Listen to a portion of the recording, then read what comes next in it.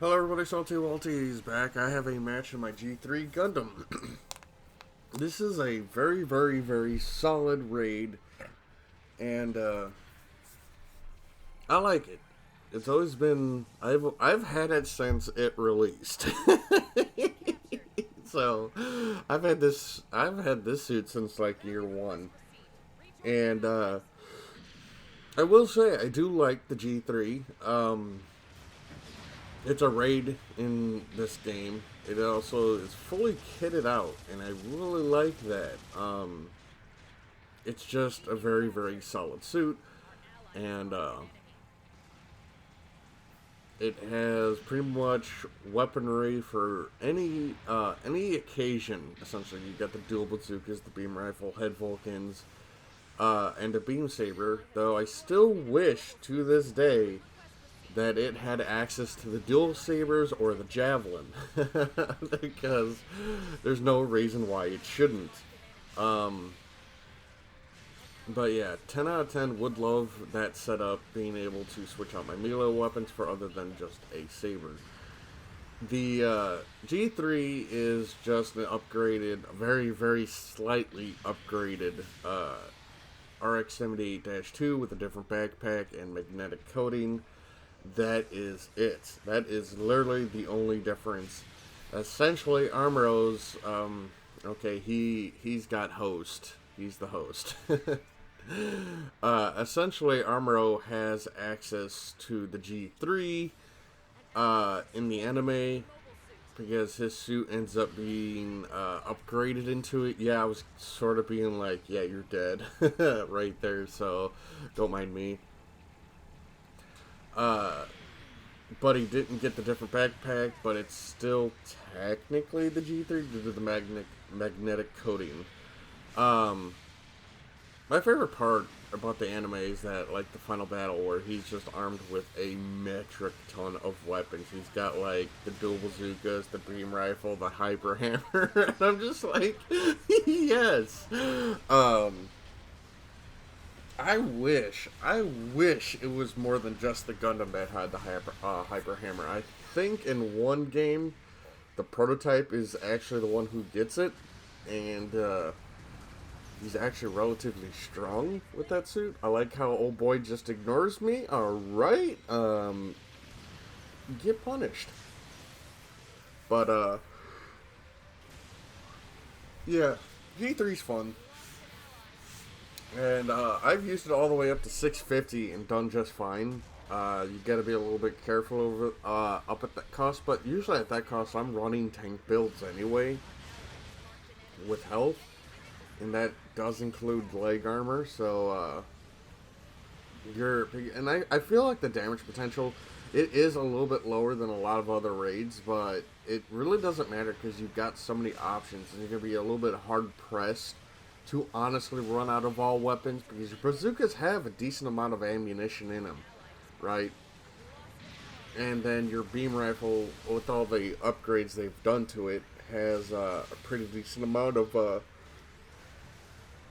usability and utility, because they changed the way the heat rate on it, so you can actually tap fire the rifle a little bit more. You can get a lot more usage out of that beam rifle. In the originally when it was released, a full charge shot was like 95% of your gauge, and then you had to wait like half an hour before you could fire it again.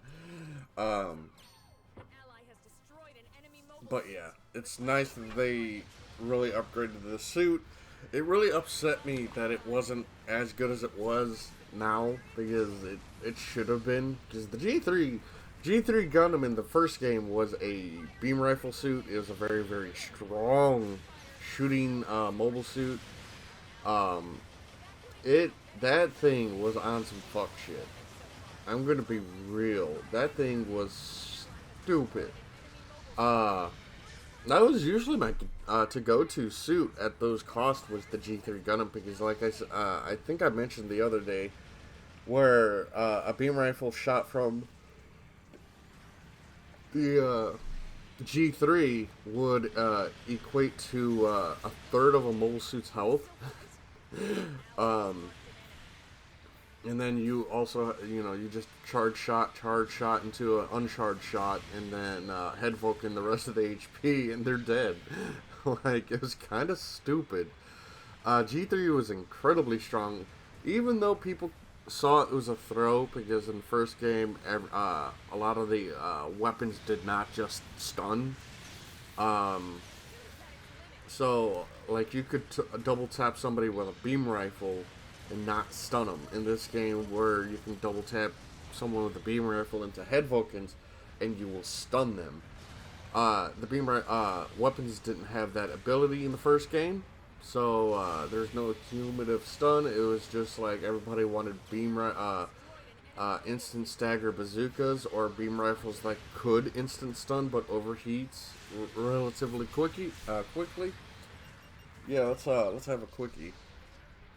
But all the changes they made for this game, a lot of people are like, "Oh, this uh, say the game's really weird and wish it would play different." Like, you guys don't have any idea what GBO1 was like. You thought this game was kind of BS. GBO1 was bullshit.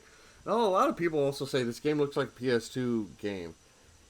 Go watch GBO1 videos and tell me which one looks terrible. This game is beautiful. Uh, the details for like everything else but the mobile suits could get upgraded. I agree with that. Get the fuck out of here, my guy. I agree with that. But everything else, the game, like the suits, which is what matters, looks good. You're not playing this game to look at the scenery. You're playing this game because you like robots. So, yeah. Uh, the game is way more beautiful than GBO 1 ever was. GBO 1 was ugly. That was a absolutely ugly fucking game. Especially when there's like explosions and shit going off, and the explosions would go pixelated, and just dust was just black, just black, gross, freaking half-ass looking water. So, you guys don't know what ugly is. I've played GBO 1. I know what ugly is. Plus the lag. Sometimes you get lag spikes in GBO 1. That shit ain't compared to nothing from GBO 1. GBO 1 was fucking awful, man. But it was fun, and it had some of the better sounding sound effects. And the fact that none of these shots are landing on me, amazing. I survived all of that because no one could hit me. That's good shit. But that's my match in the G3. Love it. Make sure you guys use it. It's a very solid raid at whatever cost it's at. I love it. It's just a good suit. Let's take a look at the patrons. We have Brennan Markey, Azrael, Gundam Nuggers, Jeff Dunn, Maverick, Momika, Peter Strike, Oni Savage, Adams, Sue Souls, Elimost, Mysteries, Mercenary Town, Mayas, Phantom, OC, Viscarians, and the Ghost, Kig, Bryson, Claudio, Crusader, NJ Bean, Streeter, Rand Hero, Destroyer, Sean, Living Deadwood, David, RGM, and Saul Plot Aki. I want to thank you guys for supporting me. It means a lot, and we shall talk to you guys later.